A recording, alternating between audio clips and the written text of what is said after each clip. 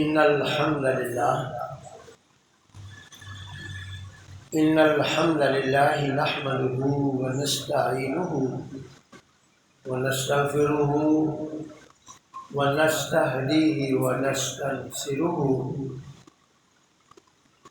ونعوذ بالله من شرور أنفسنا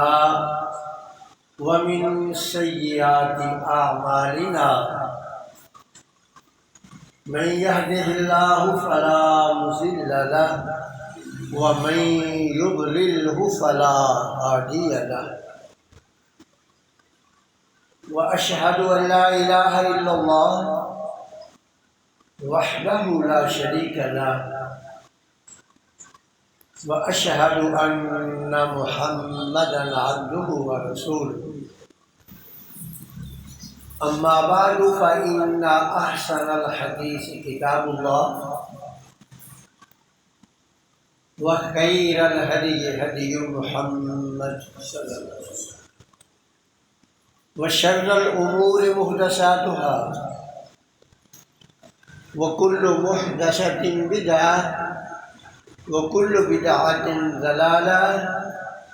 وكل ضلالة في النار.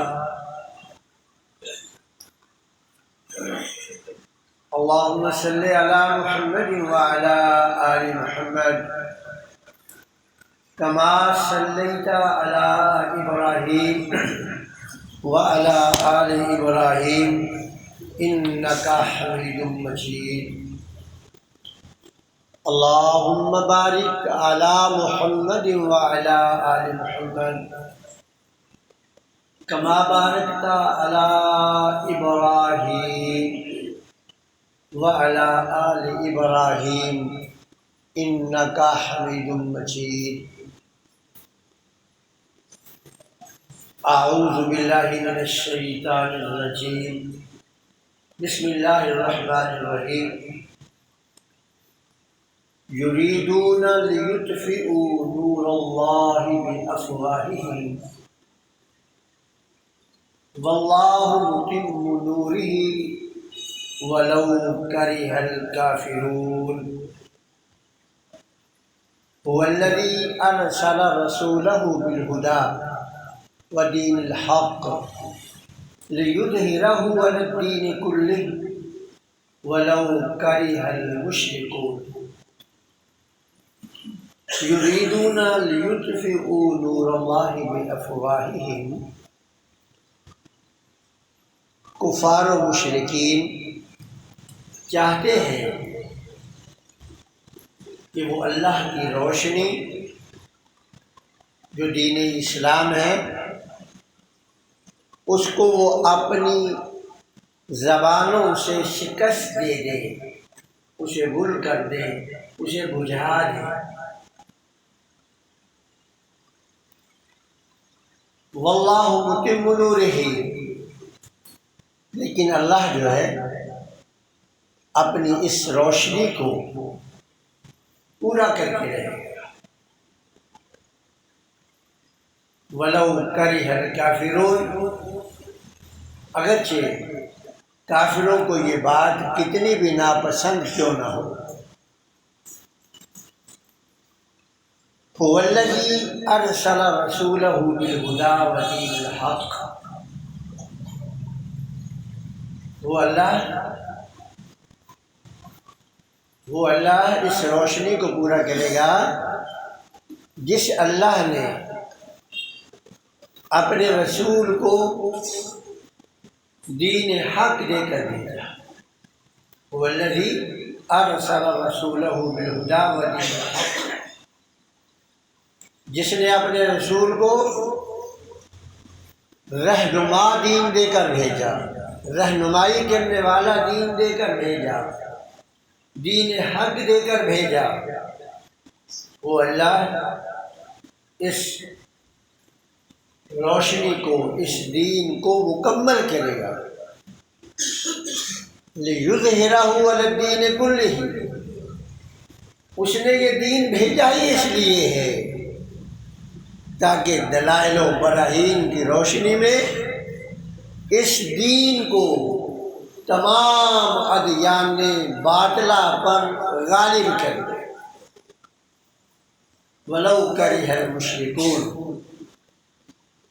اگرچہ یہ بات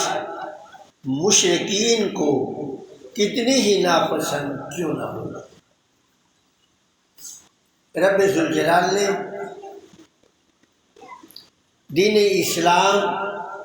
کے غلبے کی پیشین گوئی فرمائی ہے، اور یہ بھی واضح کیا ہے، پہلے کہا ولو کرہ الکافرون، یعنی اس جملے میں دنیا بھر کے جتنے بھی مذاہب باطلہ کے ماننے والے ہیں سب کی مذمت فرمائی، خواہ وہ یہود ہے، ہنود ہے، مجوسی ہے، زرتشت ہے، بدھ مت ہے، نصرانی ہے، مشرکین عرب ہیں، سب کی مذمت فرمائی کہ یہ سارے بھی مل جائیں تو اس دین کو مغلوب نہیں کر سکتے۔ یہ دلائل و براہین کی روشنی میں کام رہے گا، اور یہ لوگ کوشش کرتے رہیں گے کہ اپنی زبانوں کے ساتھ اس دین پر حملہ کرتے رہیں، یہ ان کی کوششیں جاری رہے گی کہ یہ اپنی زبانیں اس دین کے خلاف، اس دین کے بانی کے خلاف اپنی زبانیں استعمال کرتے رہیں، ان کی یہ کوشش رہے گی۔ لیکن یہ بات یاد رکھیں، ان کی زبانوں پر تو دنیا میں مہر نہیں لگائی جائے گی، لیکن یہ بات ان کو بتا دو کہ یہ جس دین کو یہ ختم کرنے کی سعی حاصل کر رہے ہیں وہ دین آخر غالب آ کر رہے گا۔ اور دوسری آیت کے اختتام پر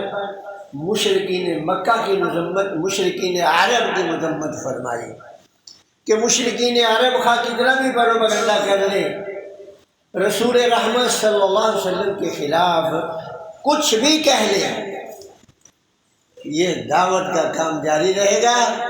اور یہ دین دیکھتے ہی دیکھتے اپنے دلائل و براہین کی وجہ سے تمام ادیان پر غالب آ جائے گا۔ ان آیات میں رب ذوالجلال نے کفار کی ایک حرکت مذمومہ کا تذکرہ کیا ہے، اور وہ ہے دین اسلام اور دین اسلام کے بانی محمد رسول اللہ صلی اللہ علیہ وسلم کے خلاف ہرزہ رسائی کرنا، نازیبا الفاظ استعمال کرنا۔ یہ جو آج آپ دیکھ رہے ہیں یہ کوئی اچنبے کی بات نہیں ہے، یہ کوئی اجنبی بات نہیں ہے، یہ کوئی غیر متوقع بات نہیں ہے۔ یہ جب اسلام کا پودا کزرع اخرج شطأہ، جب یہ پودا انتہائی نحیف تھا، جب یہ زرد رنگ کی ایک کوپل سرزمین عرب پر مکہ مکرمہ کی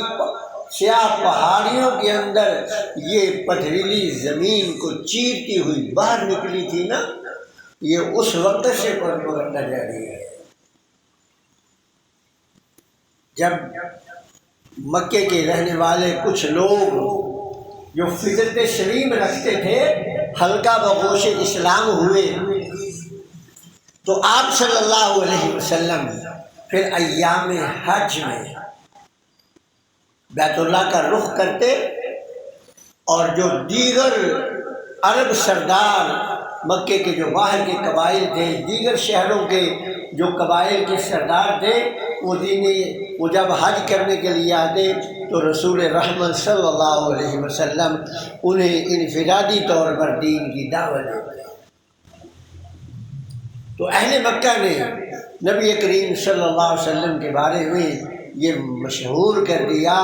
کہ معاذ اللہ محمد رسول اللہ صلی اللہ علیہ وسلم جو ہے نا، کسی نے کہا کہ یہ دیوانے ہیں،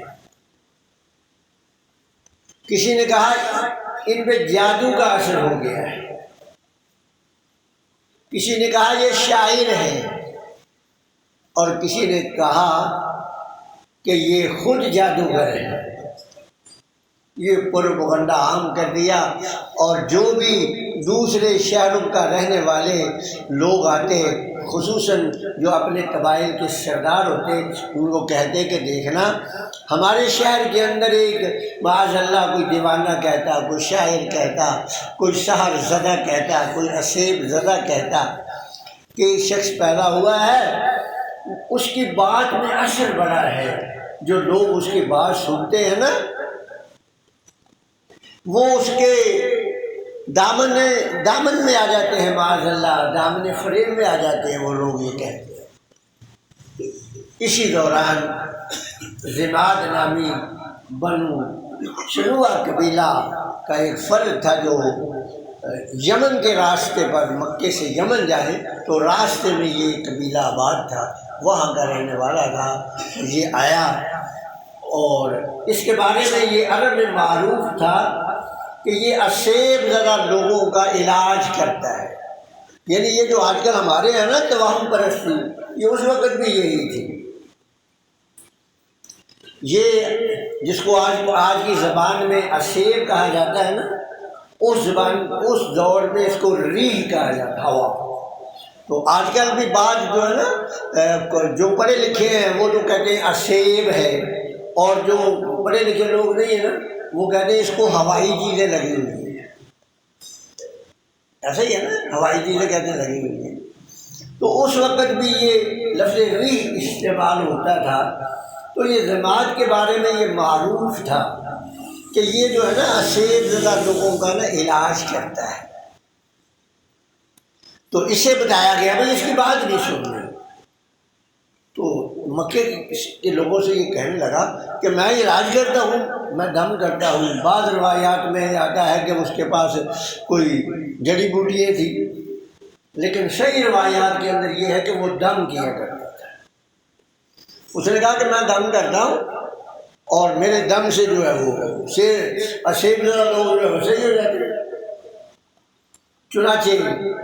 وہ ڈھونڈتے نبی اکرم صلی اللہ علیہ وسلم کے پاس آیا اور آ کر کہنے لگا قال یا محمد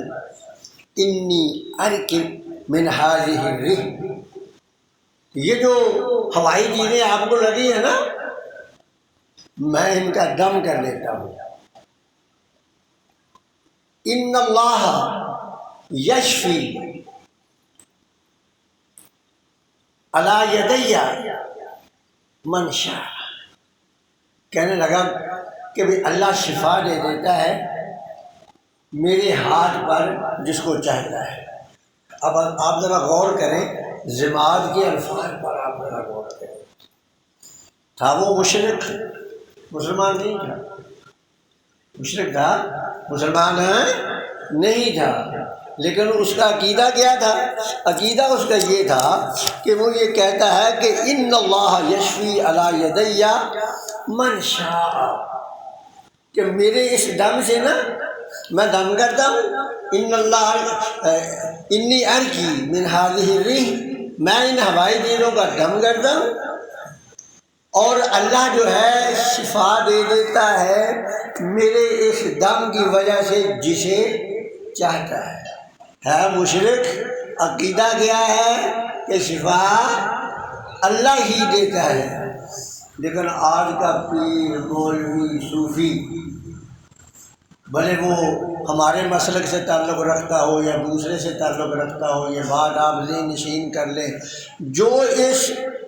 فتنے میں پڑے گا نا وہ بہک جائے گا، بھلے اس کی گاڑی مجھ سے بھی زیادہ لمبی ہو، مجھ سے بھی زیادہ جو ہے وہ رو رو کے دعائیں کرتا ہو، جو بھی اس فتنے میں قدم رکھے گا نا وہ پھسل جائے گا۔ رفتہ رفتہ تو وہ دم اور طویل مفت لکھتے ہیں، اس کے بعد پھر آہستہ آہستہ جو ہے وہ کستوری سے اور زعفران سے لکھنا شروع کر دیتے ہیں، اور پھر ضمانت بھی دیتے ہیں 100% گارنٹی کے ساتھ، لیکن وہ مشرک ہونے کے باوجود گارنٹی نہیں دے گا۔ وہ کہتا ہے کہ میں دم کرتا ہوں، اللہ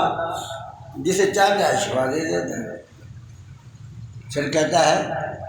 یا محمد حل کا کہنے لگا محمد صلی اللہ علیہ وسلم آپ کو یہ ہوائی چیزیں ہیں؟ تو نبی کریم صلی اللہ علیہ وسلم نے اس کی بات سن کر یہی خطبہ پڑھا، ان الحمد للہ نحمدہ ونستعینہ ونعوذ باللہ من شرور انفسنا ومن سیئات اعمالنا من یہدہ اللہ فلا مضل لہ ومن یضلل فلا ہادی لہ۔ بس اتنے الفاظ پڑھے۔ وہ کہنے لگا عائد علیہ ہذہ الکلمات، کہنے لگا یہ جو کلمات آپ نے پڑھے ہیں نا یہ ذرا ایک دفعہ مجھے پھر سنو۔ اب دیکھیں آیا علاج کرنے تھا لیکن علاج اپنا کروا رہا ہے، بنا طبیب بنا تھا لیکن حقیقت میں وہ مریض تھا۔ اب وہ کہنے لگا کہ بھئی یہ جو کلمات پڑھے ہیں نا آپ نے، یہ کلمات آپ ایک دفعہ مجھے پھر سنا دو۔ نبی کریم صلی اللہ علیہ وسلم نے نا 3 دفعہ پھر ایک دفعہ سنایا، اس نے کہا پھر ایک دفعہ سناؤ، آپ نے پھر ایک دفعہ 3 بار آپ صلی اللہ علیہ وسلم نے اس کو یہ الفاظ سنائے، اور یہ الفاظ بڑے جامع ہیں۔ ان الحمد للہ نحمدہ، کہ تعریفیں سب اللہ کے لائق ہیں۔ پہلے جملے کا مطلب کیا ہے کہ تعریفیں سب اللہ کے لائق ہیں۔ اگر کسی میں بہت بڑی قابلیت ہے، بڑا ماہر فن ہے، اگر کوئی شخص ہے بڑا ماہر فن ہے، یا کوئی بہت بڑا سخی ہے، کوئی بہت بڑا مجاہد ہے، تو یہ تعریف اللہ کی ہے۔ ماہر فن ہونا اس کا کوئی کمال نہیں، یہ اللہ کی دی ہوئی توفیق سے وہ ماہر فن بنا ہے، تعریف اللہ کے لیے ہے۔ اگر کوئی بہت بڑا سخی ہے تو اللہ نے مال دیا اور مال خرچ کرنے کی توفیق دی، تو تعریف اللہ ہی کے لیے ہے۔ کیونکہ بندہ جو ہے نا، بندے کی تو حقیقت اللہ نے یہ بتائی ہے کہ آج تو ماہر فن بن گیا ہے، ماہر جو ہے وہ تعلیم بن گیا ہے، ماہر معاشیات بن گیا ہے، لیکن کل کا میں تمہیں بتاؤں، اللہ کہتا کہ کل تو کیا تھا، هل أتى على الإنسان حين من الدهر لم يكن شيئا مذكورا، کل تو تھا کہ تیرا تذکرہ نہیں تھا کہ کہیں یادوں میں تو کچھ بھی نہیں تھا، کل تو کچھ بھی نہیں تھا، آج یہ تو جو سب کچھ بنا ہے نا، یہ سب کچھ میری توفیق سے بنا ہے۔ تو ان الحمد للہ، تمام تعریفیں اللہ کے لیے ہیں۔ تو اس لیے میرے بھائیوں، اگر رب ذوالجلال کسی کو کوئی نعمت عطا کر دے تو اپنی اس نعمت پر فخر غرور نہ کرے، کفران نعمت نہ کرے۔ اور یہ بھی بات یاد رکھے، یہ جو لفظ حمد ہے نا، اس جیسا عربی زبان میں کوئی جامع لفظ نہیں، عربی زبان میں نا اس جیسا کوئی جامع لفظ ہے نہیں۔ اس میں شکر بھی ہے، اس میں ثنا بھی ہے، اس میں زبان کے ذریعے شکر کا اظہار بھی ہے، اس میں ہاتھ اور پاؤں کے ذریعے کسی کا احسان مند ہونا وہ بھی اسی کے اندر موجود ہے، سب چیزیں اس میں موجود ہیں الحمدللہ۔ اور اس کی برکتیں بھی بڑی ہیں۔ آپ دنیا کی کتنی بھی قیمتی نعمت استعمال کر لیں، دنیا کی اللہ نے آپ کو بڑی کوئی نعمت دی ہے، بڑی قیمتی، کوئی ایسا پھل جو زندگی میں آپ نے کبھی نہیں کھایا، بڑا لذیذ، بڑا مزیدار، اور آپ کی برسات میں پیسے بھی نہیں تھے خریدنے کے، کسی نے ایسے ہی وہ جو اجنبی پھل تھا، بڑا قیمتی، بڑا لذیذ، بڑا مزیدار، آپ کو تحفے میں لا کر دے دیا اور آپ نے بغیر کوئی تگ و دو دیے آپ کو مل گیا اور آپ نے کھا لیا، اور کھانے کے بعد کہہ دیا الحمدللہ۔ بس آپ کا الحمدللہ کہنا اس نعمت کا شکر ادا ہو گیا۔ اب قیامت کے دن نہیں وہ آپ سے پوچھے گا اللہ کہ بھائی ہاں، تب پوچھے گا اگر ناجائز طریقے سے حاصل کیا پھر تو پوچھے گا، اگر جائز رائے سے آپ کے پاس آیا اور آپ نے استعمال کر لیا اور استعمال کرنے کے بعد آپ نے کہہ دیا الحمدللہ، تو قیامت کے دن اللہ نہیں پوچھے گا، حالانکہ نعمت بڑی قیمتی تھی۔ تو یہ لفظ ہے ہی بڑا جامع، لیکن ہم میں ایک عام سی ایک بات ہو گئی ہے، زیادہ تر عرف عام میں ہے، جب ہم جو ہے نا وہ کھانا وغیرہ کھاتے ہیں اور کھانا کھانے کے بعد ڈکار لیتے ہیں نا، تو کئی دوست کہہ دیتے ہیں شکر الحمدللہ، شکر کا لفظ بھی بول دیتے ہیں، شکر کا لفظ نہیں بولنا، اس لیے کہ الحمدللہ کے اندر شکر موجود ہے، الحمدللہ کے اندر جو ہے نا شکر بھی ہے، ثنا بھی ہے، دونوں چیزیں موجود ہے، مدح بھی ہے، حمد بھی ہے، ثنا بھی ہے، شکر بھی ہے، ساری چیزیں اس کے اندر موجود ہیں۔ ان الحمد للہ نحمدہ ونستعینہ، تو کہا رسول اللہ نے کہ تمام تعریفیں اللہ کے لیے ہیں اور ہم اسی کی تعریف بیان کرتے ہیں، اس کے علاوہ کسی کی تعریف نہیں کرتے، اور خاص کر کسی کے نہ منہ پر تو اس کی تعریف کبھی بھی نہیں کرنی چاہیے، یہ بڑا گناہ ہے، اس کے منہ پر، کسی کے منہ پر اس کی تعریف کرنا یہ بڑا گناہ ہے، لیکن یہ گناہ بھی ہم جو ہے نا لا علمی میں کر لیتے ہیں، اور خاص کر یہ گناہ جو ہے نا منہ پہ تعریف کرنے والا، قاری ابو بکر صاحب ہم مولوی زیادہ کرتے ہیں، کیا کہتے ہیں یہ جو ہے نا منہ پر تعریف کرنے والا گناہ جو ہے نا مولوی زیادہ کرتے ہیں ہم لوگوں سے، اس لیے کہ ہمیں اگر پتہ ہو نا کہ یہ حاجی صاحب یہ دکاندار ہے اور یہ بھائی جو ہے نا وہ میری خدمت کرتا ہے، تو ہم اس کے منہ پہ اس کی تعریفیں جو ہے نا ضرور کر دیتے ہیں، دکان پر گئے اور جاتے ہی سب سے پہلے اس کی تعریفیں شروع کر دیتے ہیں۔ نحمد، تعریف جو ہے اللہ کی ہے، ثنا بیان کرنی ہے تو مالک کی ہے، کسی کے منہ پر نہیں کرنی ہے، اور نبی اکرم صلی اللہ علیہ وسلم نے فرمایا اس کا ایک نقصان بھی ہے منہ پر تعریف، ایک تو یہ نقصان ہے نا کہ جو تعریف کرتا ہے اس کا نقصان ہے، وہ گناہ کا ارتکاب کر رہا ہے، اور ایک نقصان یہ بھی ہے کہ منہ پر تعریف کرنے سے جس بندے کی تعریف ہو رہی ہے نا وہ بندہ کبھی کبھی تکبر کا شکار ہو جاتا ہے، اس میں غرور آ جاتا ہے، اور اگر اس میں غرور آ گیا اس کی نیکیوں کو بھی آپ نے تباہ کر دیا، تو اس لیے نبی اکرم صلی اللہ علیہ وسلم نے فرمایا کہ اگر تمہارے منہ پر کوئی تمہاری تعریف کرے نا تو اس کے منہ میں مٹی ڈال دیا۔ دیکھو کتنا بڑا یہ جرم ہے کہ تمہارے منہ پر اگر کوئی تمہاری تعریف کرے تو اس کے منہ میں مٹی ڈال دیا کرے، لیکن ہم میں نا ایک خامی ہے، معاشرتی برائی ہے ہم میں، تو یہ برائی ہمیں کوشش کر رہے ہیں کہ میں بھی اور آپ اس کو نکالیں، یہ برائی بھی بڑی عام ہے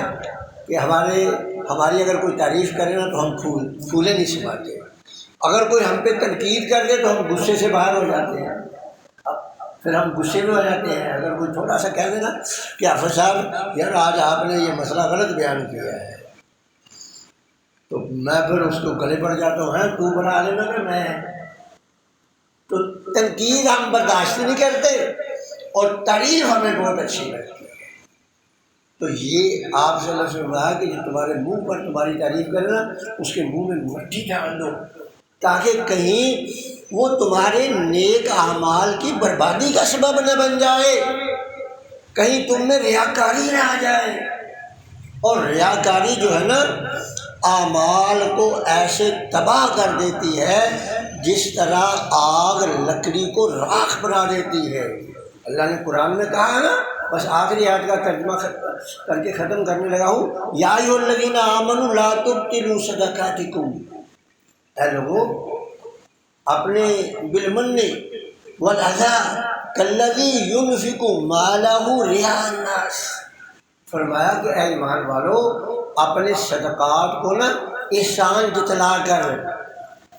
اس احسان کے بدلے میں اس سے کوئی کام لے کر برباد نہ کرو، جس طرح وہ آدمی اپنے اعمال کو برباد کر دیتا ہے جو لوگوں کو دکھانے کے لیے کرتا ہے۔ تو جب آدمی کے منہ پہ تعریف ہونے لگ جاتی ہے نا تو پھر وہ اس کے دل میں یہ تمنا اور آرزو جو ہے کروٹیں لینے لگتی ہے کہ اور بھی لوگ میری تعریف کریں، پھر وہ اللہ کو راضی کرنے کی بجائے بندوں کو راضی کرنا شروع کر دیتا ہے۔ تو اس لیے میرے بھائی تمام تعریفیں جو ہے اللہ رب العزت کے لیے ہیں۔ اللہ سے دعا ہے کہ اللہ تعالیٰ مجھے بھی اور آپ کو بھی ان معاشرتی برائیوں سے محفوظ رکھے اور ہم میں یہ عقیدہ پیدا کر دے کہ ہمہ قسم کی ستائش اللہ رب العزت کے لیے ہے۔ وآخر دعوانا الحمد للہ رب العالمین۔